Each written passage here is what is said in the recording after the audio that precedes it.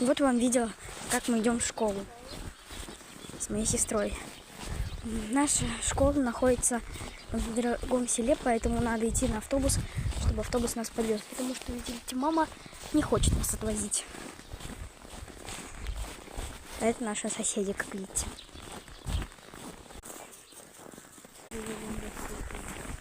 Вот мы заходим на ту остановку, чтобы встретить автобус.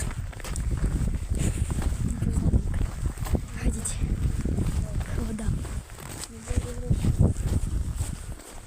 У нас, конечно, нет гор, но зато здесь есть поля. Это и то круто. Здесь еще есть огромный лес.